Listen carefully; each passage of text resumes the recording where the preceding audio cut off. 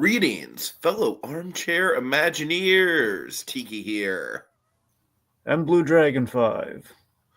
It's time yet again to explore the vast catalog and find out what's a must or a bust on Disney Plus. And tonight we're talking Star Wars Skeleton Crew, Episode 5. You have a lot to learn about pirates. All right, so Dragon, Peregrine, and I have taken on Skeleton Crew through the first half of the season. You expressed some interest in coming on, so what do you think, my friend? Are you enjoying this this new kind of Spielberg? What is Spielberg as a verb? Spielberganized? I don't know. Amblenized? That would be it. Are you enjoying this emblemized take on the Star Wars universe, Dragon? It's amblerific, Tiki. No, I have enjoyed Skeleton Crew. I think it's kind of I think this is kind of the.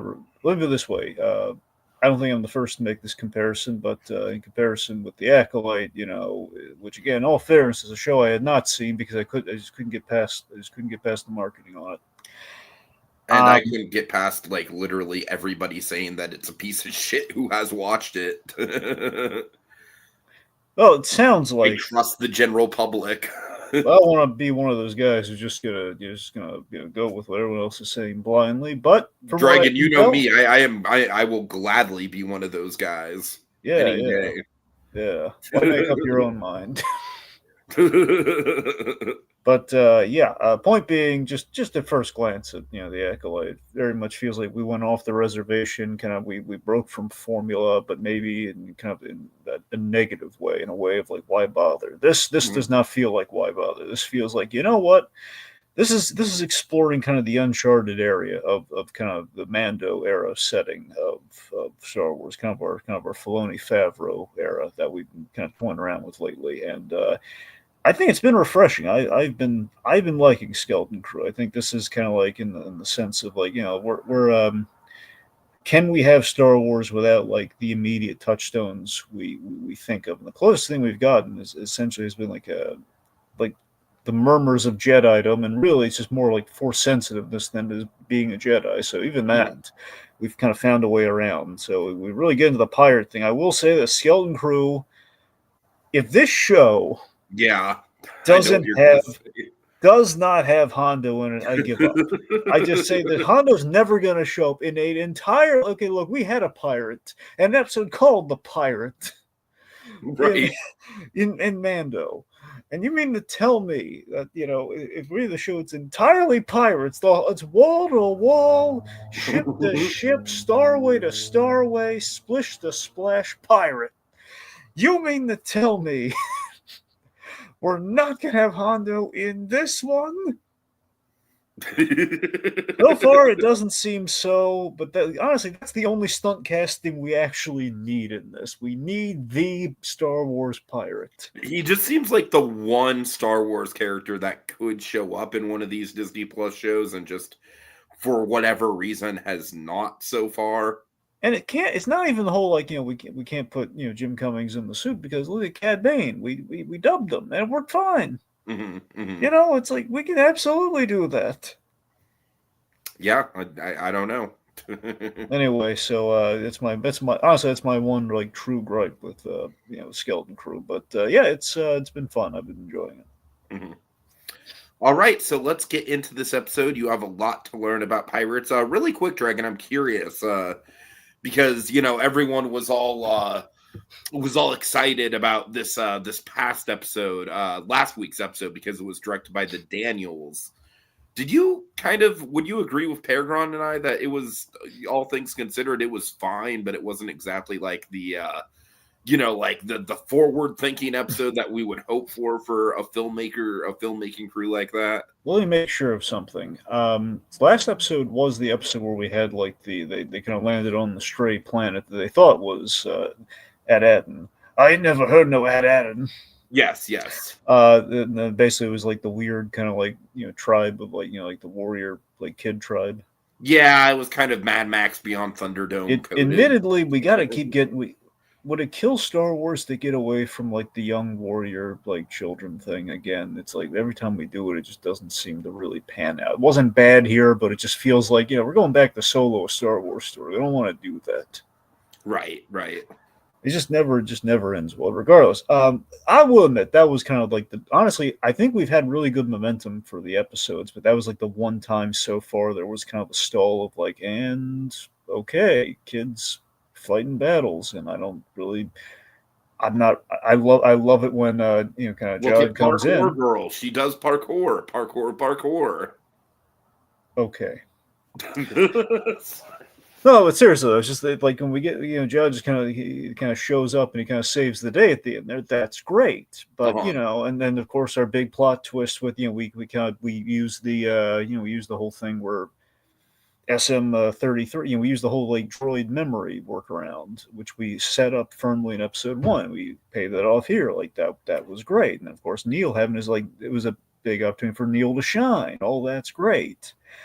It's just getting there was like the only time there's been a bit of a struggle. You're telling me the Daniels did that? It's like maybe not like the Daniels episode. It's I a mean, my Daniels my theory episode. on it was always, even when I heard that the Daniels were going to do an episode, I was kind of the opinion of like, okay, they're gonna come in and do an episode, but is it gonna be like the Daniels really going full auteur with this shit, or is it gonna be like them basically going for a paycheck? And I'm pretty sure it was a paycheck. And you know what? More power to them for the paycheck of it all. I mean, I want to be clear. It was not like the worst thing.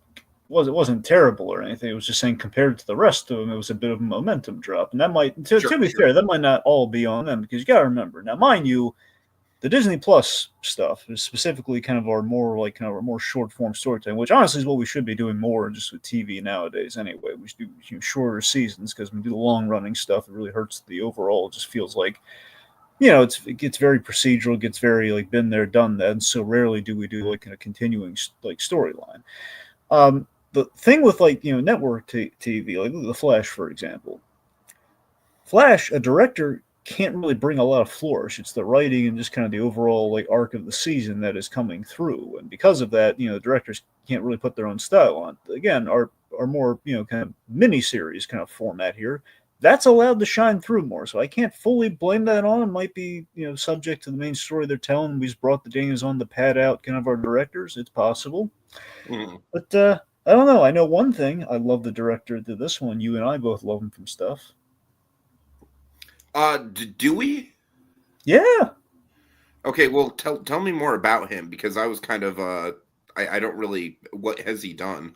Okay, this is Jake Schreier. Jake Schreier directed this, and Jake Schreier is a kidding director. Oh, okay, okay. So yeah, I know he's more Yeah. of a TV guy. I knew that much. Also, fun fact, Jake Schreier, the kidding director, also directing the Thunderbolts Asterix movie. Right. Okay, Which that's I got to admit yeah, is the thing that really does entice me to the Thunderbolts there, but mind you, Marvel directors and how long they stay on a project is, it's a little questionable. But let's just say, assuming he was there from start to finish, fingers crossed, sure. could bear well. Did you ever watch that Frank Langella movie I told you about, Robot and Frank, that he did? You know what? I do need to. It's on my to-do list, but I haven't gotten around to it Because that's yet. up your alley, I think. Yeah, I'm sure it is. Anywho, point being, we had a really good director on here, and I think he showed us stuff. Okay. So yeah, Peregron is in the comments. He said it's my favorite episode yet. Dragon, I think I agree with that sentiment. I think this episode did a really good job of kind of, building towards what this show has been kind of building towards with the pirate stuff and it's the biggest pirate episode. It's definitely the Goonies episode. It's also the episode with the big betrayal from Jude Law, which we all kind of knew was going to happen, but we were hoping wouldn't happen. Would have been shocking if it didn't happen, just given all the build-up, and we have like 5 I characters know, saying right? he's going to betray. Oh, he's totally going to betray you. Betrayal. Yep. He's been going to that game convention. He's absolutely going to Oh betray. God. So yeah, I really like just pretty much everything about this episode. Just as far as the the setup with the planet being kind of like Essentially, this planet kind of reminds me of the Jack Black Lizzo planet from from that one episode of Mando, except it's actually very tolerable. Well, it's it's funny. The meta context on this one's even funnier. The idea that they have like an in-universe Star Wars resort that they actually should have done versus like Right, exactly. Yeah, the yeah. failed cruise where you don't actually go anywhere. Oh God, Jenny Yeah. Nicholson is just looking at it like, "See, guys, this is what you should have done." But didn't you get that vibe that this feels like, man, this is actually a really good idea for, A for little like bit, a little bit, yeah. especially an in-universe resort. This is a great idea. I don't know how cool tourists would be with, mud baths and shit, but Well, I mean, at a time, mud baths were an attraction, but sure, sure. yeah. Anyway, yeah. So I guess to start things off, we check in with the parents for a change. Yeah. What do you think of the building storyline with the parents? Because that's one thing that I personally like it. If anything, I honestly think we could make. Obviously, I know that the show is primarily focused on the kids and Jude Law, of course. I honestly think we could use a little bit more with the parents, just because I really do think it's every scene with them does a pretty decent job of building up the intrigue of Aden, which I'm sure you'll agree is one of the more intriguing elements of the show in general is that mystery. Oh yeah. I mean, I'd like to think we're doing kind of a 3-act thing with the parents. I'd like to think. Act one, obviously, the separation, the setup, and the separation. Act two here is they're proactively trying to find their kids, which Mm-hmm. makes sense. And I of mean, we're course, we checking. got a familiar face within the parents. Oh yes, we do. Go ahead and talk about it. Gary Condon, aka Stacey Ehrmantraut. Mm-hmm. Mm-hmm. Yep, we love Who her. she's already kind of very much proven her salt beyond Better Call Saul. With did you ever see the Banshees of Inisherin Dragon? I mean, look, I saw like some clips from it. I know about the movie. I know she's in it. I think you'd still enjoy it. The I don't know. movie, it looks good. I just they never got around to it. Well, okay, fair enough. Someday I think you should, but I digress. Yep. Anyway, yeah, we had 2 Better Call Saul alumni in this episode. That's true. That's true. Yeah, I was so happy when I saw the second one. Like, oh my god, it's her! Right. It's the perfect role for her too. Indeed. Yeah, but yeah, so it does feel like because we kind of have to have in 3 acts too. The separation, the attempt to find them, so we should not just sitting around doing nothing. Like they'd be real jerks if they just like, oh well, they're gone. And then of course there's going to be a reunion at some point, and they're going to have to again, it's kind of the Goonies thing. They're going to have to reunite it at the end, and hopefully the kids will make everyone's life better. Yeah. I do like the actor playing Wim's dad in general. I think he's got a really good screen presence to him. He's kind of got that whole like shiftiness where you really don't know if he's on the level or not. Like I get the vibe that he's very much like he does care about his son, but he's also just like a career man who's really caught up in just keeping track of whatever the hell it is that this planet's covering up. And yeah, I really like how they're playing him. Well, yeah, and that's the thing. The first episode, I mean, the moment in which he was freaking out over his son in that spaceship, that's where the character really came alive for me. Because first, I was thinking, man, this guy seems kind of at the start seemed kind of interesting, like a natural parent. And then we went, okay, so shooting down the kids, fanciful dreams for bureaucracy, and he doesn't really seem to be listening to the kid at all. And I was like, okay, we're going that direction. But then we kind of spiced him up a little, and this episode really confirmed, like, okay, I think we know what we're doing with this guy. This guy, he's like a real parent. He feels terrible about circumstances, and he's actively trying. He's bumping up against the bureaucracy, and I love that he's in an uncomfortable position doing so, where he doesn't The like. droid is just so freaking effective when he corners him. Like, show me your hands, sir. Yep. Both hands, sir. I need to see both hands at the same time. I love the relationship with the droids at this planet. It's like overall, the vibe with that Adam is again the whole planet has been completely sheltered from essentially these Star Wars in question. Yeah, the whole yeah, thing. It's the impression I have, and I could be. There's a chance I might have missed something, but to my knowledge, and maybe you can clarify this because you and Paragon been going in depth on it for a few episodes. Yeah, I mean they've been sheltered from all. This is the old Republic, just like the whole kit and caboodle. Well, I mean, I think the biggest takeaway was the whole uh Alderaan thing. Yeah, remind me. So they had no idea about Alderaan, right? They all they know is that Alderaan is a planet that exists. They do Okay, not know got. of Alderaan's fate. Okay, so that definitely confirms it. That these guys completely out of the loop because the whole gimmick with the plan is that it's basically it's Earth in space. It's the suburbs. Right, It's right. essentially essentially the high evolutionaries' plan gone right. Essentially, yes, These people yes. don't know war. I They didn't don't even know think about the strength. high evolutionary, but you're right. I'm Well, it's surprised the they it's the didn't high mention evolutionary with that. aliens. That's the difference. Uh-huh. But yeah, we have like a adorable little blue elephant. Oh you my know, god. we Neil is everybody's favorite. Is he your favorite as well? I really like Neil. I would say honestly, my favorite is SM33. If I had to pick a character, he's my favorite. Well, But get it right, Dragon. And everyone is affectionately calling him Smee. oh, I'd never heard that. Oh, that's great. Well, I mean, I think that's truly what the like by calling him No, you're right. I, SM33. I just It's didn't I really didn't piece yeah, it together. yeah. I was going very literal with it. Just I said, oh I my mean, god, that's. characterization wise too, it's very Smee like. Well, it also helps that his co-conspirator in the show. Well, essentially his co-star in the show is Captain Hook. That probably Exactly. helps with the Smee thing too. But you're right. That's good. Anyway, so Smee.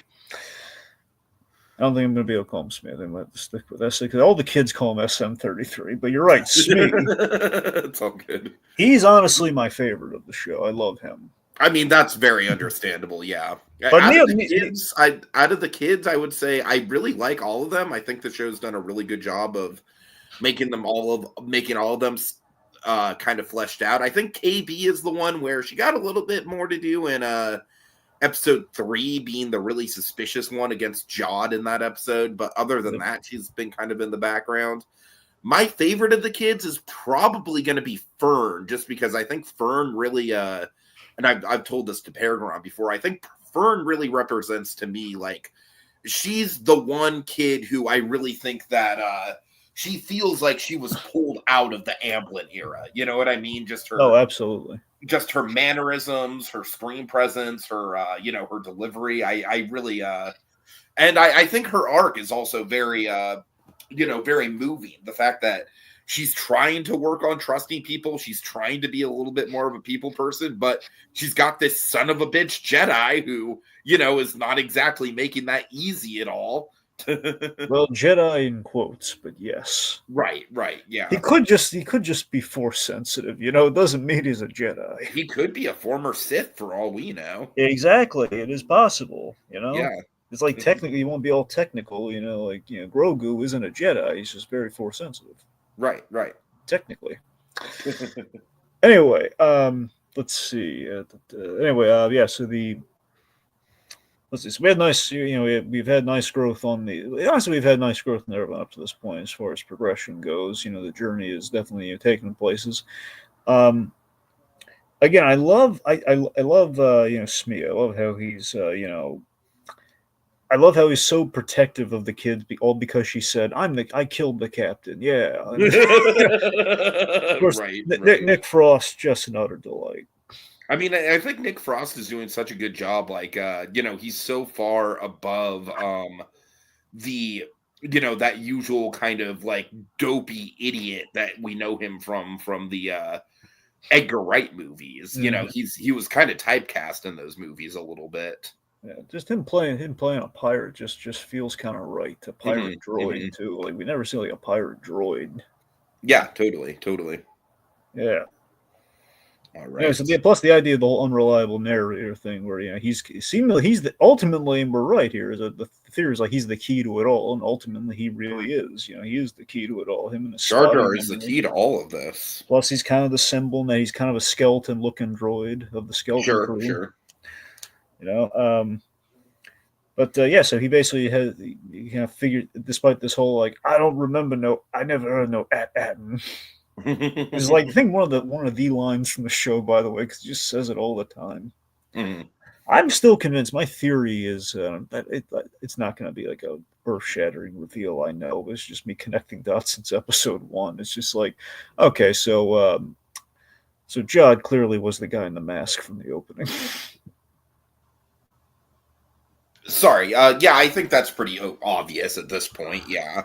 Yeah, that's what I'm saying. I forget. Did we call that character Silva because you bring up the name here? Because I'm pretty sure that was like, it's like we spelled out the I mean, obvious. Jod is just a guy who goes by many names. We've I kind of know that. established That's this. what I'm saying. I'm pretty sure the guy at the top of the cold open was Silvo, who we then say, "Hey, Silvo." It's okay, Mhm. absolutely. Then he is the guy, much like we all very obviously thought it was. If you listen to him, it even sounds like him under that mask. Right, right. Anyway, so we learned that the ship in question is the Onyx Cinder, which belonged to Tex Renaud. Tac Renaud. Sure. I'm not sure exactly how you pronounce it, but yeah. Well, point being, are they saying Renaud or Renard or okay, Renaud? Let's I just think go it's with that. Renaud Dragon. I'm not sure. I'd have to go back and watch. I'm not sure. Point being, he opened a chain of very nice hotels. Anyway, so we get the coordinates to Renaud's base, which basically his manifesto will be his manifesto, his captain's log, his captain's diary will be there, which will have the address they're looking for. All the answers they're looking for are at this dreaded dangerous pirate lair. Which basically is Lanupa is where this place is, and Lanupa has been turned into essentially a Disney resort. Right, right. And it's pretty awesome. It's pretty nice, and of course, it's run by Julianne Emery. Of course, love lovely actress who played Betsy Kettleman from Better Call Saul, who we love, and it's like, oh, so great to see Oh my her. god. Okay, you know what, Dragon? Thank you. This is gonna sound very Oh, shameful of me. no. Dragon, I didn't know who it was, but she looks so fucking familiar, Oh and it my was driving me God, crazy. I Tiki. couldn't. I'm sorry. I'm sorry. I couldn't quite place it. I was having trouble because I don't think they actually say her character name in the episode. So yeah, I couldn't quite place it, but she looks so fucking familiar. Like, so I Kettleman's knew it your was somebody that we knew. Kettleman's you're in danger. The whole 9 yards, really. Settlements. Oh Anyway, okay, so that god. so it's her. All right. Well, now I know. And Excellent. knowing is half the star battle, my friend. See, now your life's complete. How do you feel now? I feel like $1,000,000, Dragon. See, you feel like a million old Republic credits, as if there was a mint somewhere nearby. Oh my god. So they bribed their way using those old Republic credits. Mhm. Basically kind of like sneak the kids in the place. Even though I love, she very clearly knows. Okay, these aren't like elders; they're very clearly children. I heard Right, them over the right. radio. It's like okay, so she takes bribes, which we know for a fact Betsy Kettleman does. So that's fine. Oh, no doubt, no doubt. Yeah. We earned Totally in Craig. character. Craig earned this money. Oh my We're god. not taking a deal. That horrible Kim Wexler woman. Anyway, so things seemingly are going smoothly, all considered, until Pocket. Yes. Another was she ever on Better Call Saul, Dragon? I don't quite remember. Pocket? Yeah, the what's her name? Freaking Kelly McDonald. I don't believe so. No. Okay, Kelly McDonald is actually an old she was from Train Spotting back in the day. She's kind of a regular with uh oh god, what is his name? Danny Boyle. Danny Boyle. She's like a regular of Danny Boyle. So another familiar face popping up here. Wasn't she? She was in Brave too. I'm just trying to remember who she Yeah, was. she was Merida in Brave. Literally Merida. Yeah, Okay, yeah. that's that Kelly McDonald. Okay, Yes. gotcha. Okay, I want to make sure I wasn't just conflating like the other names from that movie. Okay, that's her then. Good. Uh-huh. So yeah, so she's gone places Yeah, yeah. far, far away, like in a galaxy far, far away. But yeah, so Pocket's cool. Here's the thing. I like that. Of course, I love Mando. I do, as as many people do. And I love that we're sticking with the pirate thing very clearly for this show, which is the right choice. But I do like we've had a little splash of the bounty hunting culture that we've had between Mando and Book of Boba Fett, more specifically Mando for an execution. But point we had Pocket here, and she knows Jod, and she's not too thrilled with Jod, and she kind of wants him. She kind of wants him, but with a smile on her face, she kind of wants some revenge. Right, right. So again, with the world building, I love this. To me, was such a funny joke here. The idea that the space spa is basically the pirate lair has been paved over and turned into a space spa, and SM-33 is very upset about it. He's got this restraining bolt on him. He can't. He literally has to be held down to control his rage. He just hates the place so much. It's like all the pirate glory. It reminds me a lot of the Manticore from Onward, where when she had her breakdown, it was like, look, like basically turned, she basically turned like the Manticore's tavern into like an IHOP or something, like a Bennigan's something. Right. Anyway, yeah. So just the idea, he just hates it so much, and I think the greatest joke in the whole thing, more specifically, was Jod as the interim parent with 4 kids and a droid on vacation, which really a business trip. Like they're all in the hotel room essentially, and they're like, "Oh, I want to search here in the buffet, and you go with him, and you go with her." We're not going to search the buffet. God, it was so funny. Just oh my god, this is perfect. And again, gives me hope for Thunderbolts Asterix if this were going to have a scene like that. Sure. Anyway. But go on, podcast. You can do it. All right. I'm sorry. Well, we have some comments here. So Little Blue says, this is your first time joining these. You've been enjoying the show. Yeah, we established this kind of earlier on, Eli. But yes, Dragon is enjoying the show. I like it. He also says, speaking of Smee and Hook, do you guys know about the time when Captain Hook had a sword fight with Don Carnage? No, I don't, actually. I assume that might have been maybe House of Mouse, I'm guessing. I don't know. Colby says, I love that we have an ancient French pirate in Star Wars confirmed. Indeed, very fun. Okay, so we go into the depths of this planet, Dragon, and we pretty much instantly get introduced to like some crazy deep cut Star Wars mythology, which is essentially Cthulhu exists in the Star Wars universe. But he's a very nice guy. He's a nice tourist dude. Yeah. I love that. Oh my god. I love Star Wars Cthulhu. Well, I think it's like Cthulhups, but essentially same difference, yeah. Okay, but the fact that they actually had the naming convention of Cthulhu, No, clearly it's a Cthulhu reference. I'm just saying that, the tentacles and everything, it's clearly Cthulhu. Right. But again, just like Cthulhu with a big mustache is just really fun.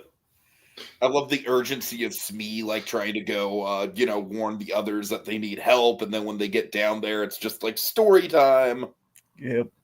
I got to admit, okay, I'm not gonna lie to you. If we could have had a Kevin Smith cameo, it would have been him. Mind you, still doesn't top our pitch for Kevin Smith, but I'm just saying Kevin Smith has done a voice in Star Wars. Kevin Smith is a giant Cthulhu monster who just cares about, he's just here to help out the kids and get a good story. Yeah, exactly. He could dine out in that story for years. Also, we kind of missed it, but we also get a Hut cameo. Yes, and remember how? Oh, okay, this was a dark joke too. There's a Hut that's which may or may not be someone from the Bear. May or may not be Jeremy Allen. You know that every time I see a Hut in these shows now, I'm going to be thinking of that. Yeah, well, no, to be clear, no, that's not Rhoda, but hey, it could be. It could have been. We don't know. I don't think it is. It'd be really great if, retroactive said, "Oh yeah, that was Rhoda." That was Rhoda. Anyway, yeah. So that's so we have a Hut just like they had the poor waitstaff bringing food to a Hut, and he says, the fact that he says, "Not again, sir." He's so defeated about it that he doesn't even really have any emotion left to give. He's like, "No, not again." Oh, just the fact that he says again opens up like a can of horrific space worms right there. Oh god. Does that mean he's going to be intact when, does he just climb out of the mouth? Is that not an option? Does he reconstitute himself after he's horribly eaten? Uh-huh. Oh god, how does it work? I don't want to think about these things. We don't need to unpack that right now. No, that poor waiter does. We don't. All right, so the rest of the episode basically plays out like essentially Indiana Jones and the Temple of Doom, where we got booby traps, we got acid, we've Yep. got horrific death sequences of the bad guys. We got James Mangold saying, "Why didn't I think of I this?" know, right? It's like, I did freaking Logan, man. I can't do any of this. Come on. It's man gold, not man silver. Darn it. Oh God. Anyway, yeah, we had a lot of really cool stuff. I love the solution to the acid puzzle. I love like they throw their last credit in there, like pirate's booty, and I feel like we've been getting a lot of good puzzles like that, where it's essentially just wordplay. It kind of reminded me of how they solved the whole like I ain't never heard of no atin. It's like, or no, what does he say specifically? Can't say I've heard of no atin. It's like, yeah, yes, he can't say it, but doesn't mean he doesn't know where it is. exactly, yeah. So yeah, I'm loving the riddles. I love The Neil Cave just of Wonders thing. well, yes, and I was gonna say Neil just pointing out the roast that just looks like it came straight from the cooker. Yeah. And that essentially like the whole thing just kind of turns into escape room shenanigans, and I'm here for that. Oh yeah, I just love the idea of like it's so Cave of Wonders. It's basically it's a combination of Cave of Wonders from Aladdin and Goonies because it feels like when we eventually With find some one Temple eye. of Doom thrown in. Well, sure. I mean, yeah. I'm just saying, literally, like the whole one-eyed Willie, his pirate ship with all the treasure and everything. Only like it looks like it like is where all the gold is. Sure. Also, Treasure Planet. That's the other one we really got to throw in there. A lot of to be fair, the whole show's got a lot of Treasure Planet in it. just because like the guy in the silver role is just genuinely like really likable. Yeah, that's the thing. I mean, literally, I mean, I want to say his real name is Silva, which sounds like silver. So Right, that too. Yeah. I would like to think. Plus, I mean, they all like him despite knowing, oh, he's absolutely going to betray us. I mean, it's written right here in the script. It's just right after the Exactly. helicopter shot. So we have the captain's hologram, which again, this feels like it feels like maybe. Here's the my instinct tells me that's Jod somehow, but it wouldn't make any sense if that was Jod. So we're teeing up some reveal with that hologram of the captain, Mhm. which is interesting, but a little bit of a mystery going on there. Anyway, so our big, so we finally we find like the data port, SM33 plugs in there, and he finds he basically he has access to Kevin's location. He now knows the location of that added, and sorry, I think I just said at, which again I think instinctively we all want to say, but it's at. Instinctively we're trained to say that because it's like at. It's But like no, one Dragon, it's ATSTs. None of that half measures BS, Tiki. No, we want the full. We want the full Imperial Walker, not the two-leg job. Yeah. Anyway, so we got the location of the place, but in addition to finding that out, also he uses that knowledge to kill the pirates too with the asses. Can you work the controls from here? It's Which is very definitely filthy. the darkest moment of the show so far. I It mean, it's makes like a lot of they sense were though. bad guys, but still. I mean, they were trying to burst in there and kill him. Problem solved. No, I know, but still, like we hear their horrific screams. Like it's like in this way, the children are technically like I don't want to say they're like accomplices to murder, but they're kind of connected to murder in some way. They were in the room. They were Where it witnesses to a happened. murder. Yeah. But yeah, so they anyway, so he finds out about the big secret, essentially from at least as much as we know right now, the big secret of at Adam, aside from the whole Old Republic, like they're shielded from everything in Star Wars, was there is a mint on the Old Republic. The Old Republic mint is there, which means they can make these very valuable Old Republic credits, endlessly. It's literally the printing press there if he gets there. Uh-huh. These are non-violent people too, so all they have to get past the barrier. So Right. Fern, she reaffirms the deal, not liking the greedy look in Jod's eye, and then Jod he enacts the captain's challenge. Oh yeah, this is the moment that the whole show's kind of been building up towards so far. Yeah. Jude Law killing children. You gotta love seeing it, right? Yeah.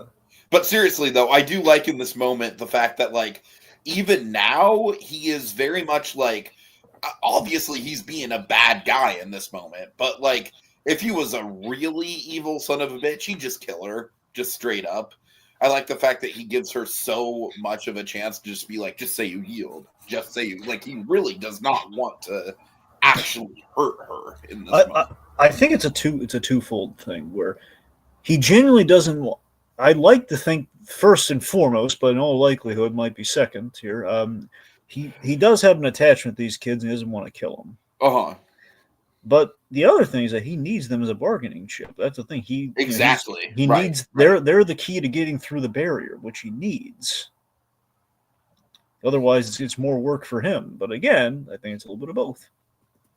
So we got to talk about the big lightsaber moment with Wim, which I thought was a great payoff to his to his character essentially just being a Jedi fanboy. Yep, he gets the lightsaber finally, and like any kid who would actually find the lightsaber, this is a really good joke. He almost like Ralphie almost shoots his eye out. He almost cuts his It's foot off. totally a you'll shoot your eye out kid moment. It totally is. Yep, it's like a young like a young Adam Scott, just like I want a lightsaber. I want a lightsaber for Christmas. You'll shoot your eye out. Yep. So I just love the physics of that. I love the physics of just the lightsaber extending towards the floor and just instantly bouncing off. Yep. Steve Right. basically, basically comes out almost cuts his toes off, and he throws it across the room. Yeah. So we had our big kind of Finn. Part of me wonders maybe it's also kind of a nod to Finn and Force Awakens. Like Finn had his big non-Jedi moment. And, Mm-hmm. still didn't end well for him. He ended up getting hurt by a lightsaber anyway. But he had a few moments. Mm-hmm. All right. So poor. Now here's what I love with the whole Cave of Wonders thing. Poor Smee. He's the genie from Aladdin here in terms of the position that he's been put in right now. He's like, I'm sorry, kid, I got a new master now. Oh, I love that. I love that. Yeah. You're right. The fact that I love the idea that he does like these kids at this point, but he has programming is going to direct this thing. But the fact that I love that he was able to say, I'm sorry, Fern, I have to do it. I have to do what the captain says. Totally. And Wim saves them all with the trap door, not knowing at all if it's going to lead to a giant melting pot or something below. Just given there was acid. It could just literally just lead to more acid. It could. What if that's the beginning of the next episode? Just they're all dissolved in acid. Well, that's really morbid, Tiki. And Jaw's just like, well, shit. Now I've got to figure out another bargaining chip. Yeah, there's another blue elephant kid somewhere. maybe just find him. I can coach him, put a wig on him, and we just have 3 episodes left of this shit. maybe I can use a young Neil, a fake young Neil. Oh God! And put a wig on him. Where's Johnny Simmons when I need him? And basically, what he's gonna do, it's gonna be like that scene from Toy Story where it's like, "Oh, hey, Buzz, how are you?" he'll be waving, but he's gonna have like a deep, gravel voice. Hiya, Mom. It's like, no, shh, don't talk. Maybe I can just break into the Henson estate and get the original Ooter puppet. Yeah, he's enough like Neil. just episode 7 is literally just like a heist into the Henson vault. Yep. Oh, Neil, yes, you're everyone's favorite. Let me pat you on the head. Now, can we come aboard? Can we come through the barrier? That's right. We'll return him, and he can learn to play circular musical instruments in the future. It'll be great. I think the Hutts like this sort of music. All right. Okay. So, and then of course the last beat we end on is Jod with a lightsaber, which I got to tell you, man. Like one of the fun things about this show has been the lack of like Skywalker stuff, the lack of like traditional Jedi iconography for the most part.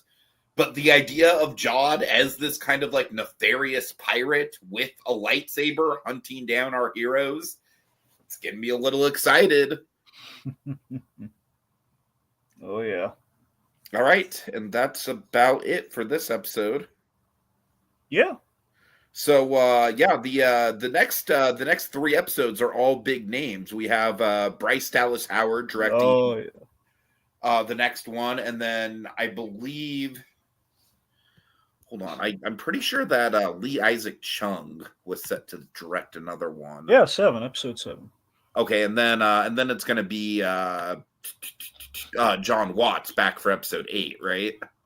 Well, yeah, that sounds about right. Let me Well, usually directors like doing the first and last episode anyway. So yeah, I think I looked it up earlier. I think he's directing the last one.